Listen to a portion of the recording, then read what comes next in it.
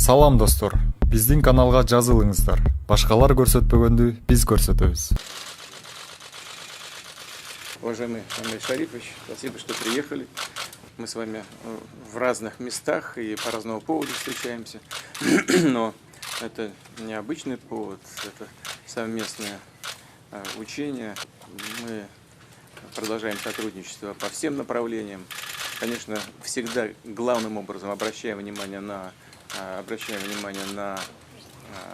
наше экономическое сотрудничество. И здесь нам есть что показать, потому что оно развивается успешно. И рост показали в прошлом году 17%, в этом году уже рост продолжается. Но и военно-техническое сотрудничество, военное сотрудничество идет своим чередом, продолжается. То, что и ваши подразделения принимают участие в этом крупнейшем для всех нас военном событии, это очень важно.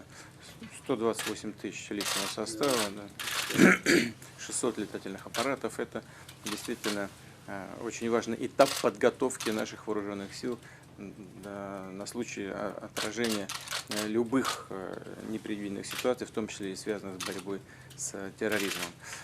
Мы, как страны ОДКБ, для нас это особенно важно.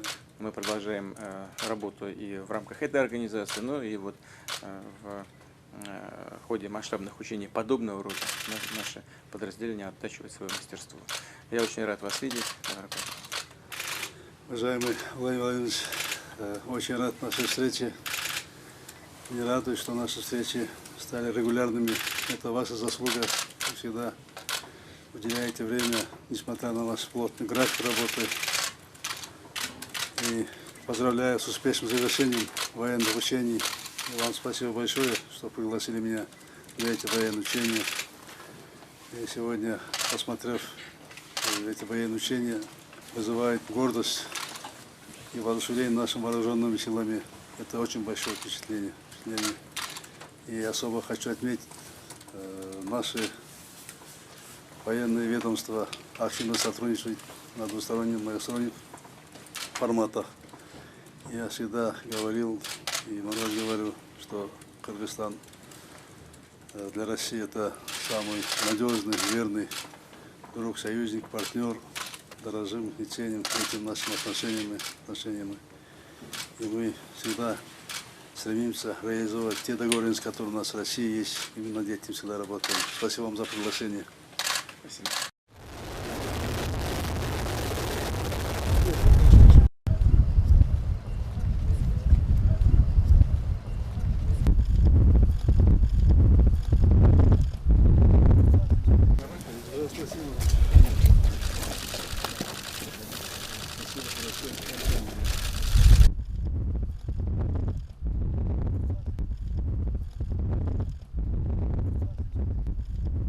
Позволит противнику проделать проходы взрывным способом, находящимися у него на вооружении установками разминирования. После авиабомбами калибра 250 килограммов.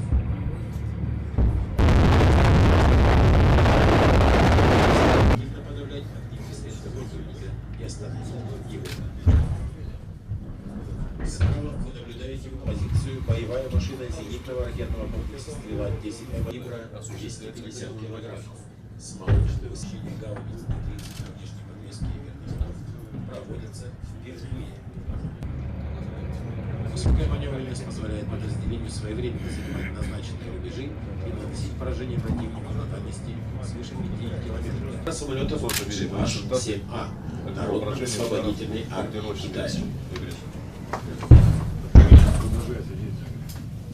Слева и справа в полосе пролета два звена эксплуатируемого, получив данные показаний технического.